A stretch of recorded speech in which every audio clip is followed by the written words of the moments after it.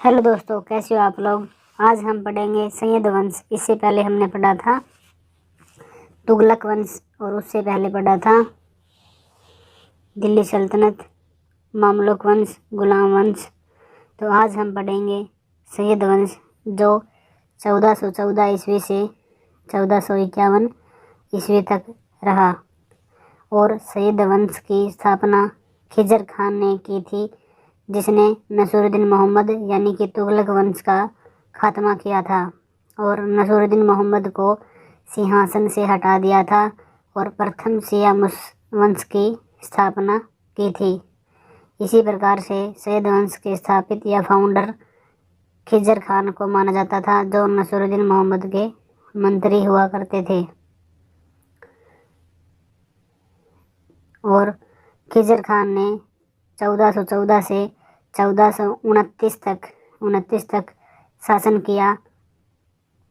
कुतुबुद्दीन ऐबक के बाद यह दिल्ली सल्तनत का एकमात्र शासक था जिसने सुल्तान की उपाधि नहीं ली थी। और इनके मरने के बाद मुबारक शाह अगला शासक बना सैयद वंश में, जिसका शासन 1421 ईस्वी से 1434 ईस्वी तक रहा। उसका वजीर था बहलोल, जो एक अफगानी था। उसने ही उसको अपना प्रधानमंत्री बना दिया क्योंकि वह एक अयोग्य था।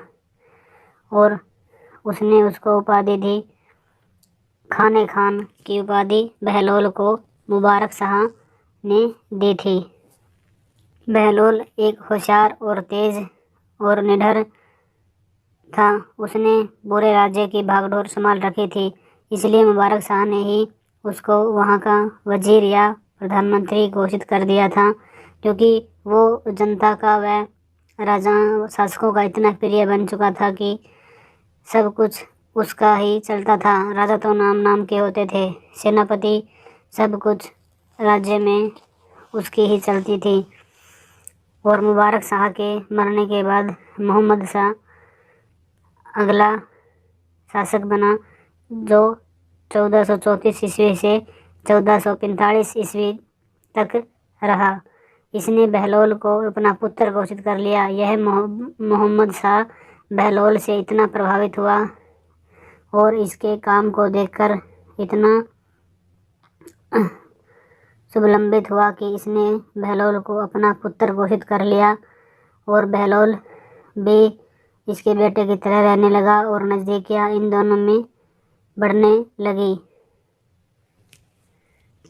और मोहम्मद शाह के बाद जो उसका असली बेटा था, जो बहुत ही डरपोक था, अलाउद्दीन आलम शाह,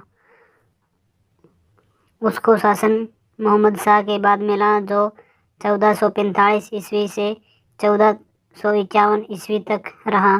बट कुछ समय बाद 1451 में बहलोल ने इसकी बगावत कर दी और 1451 में अलाउद्दीन आलम शाह ने अपना सिंहासन बहलोल को समर्पित कर दिया। और अब बहलोल ने भारत में प्रथम अफगानी वंश की स्थापना की थी। इस प्रकार से सैयद वंश खत्म हो गया। और अब हम पढ़ेंगे लोधी वंश। सैयद वंश छोटा ही था, लेकिन लोधी वंश भी ज़्यादा बड़ा नहीं है।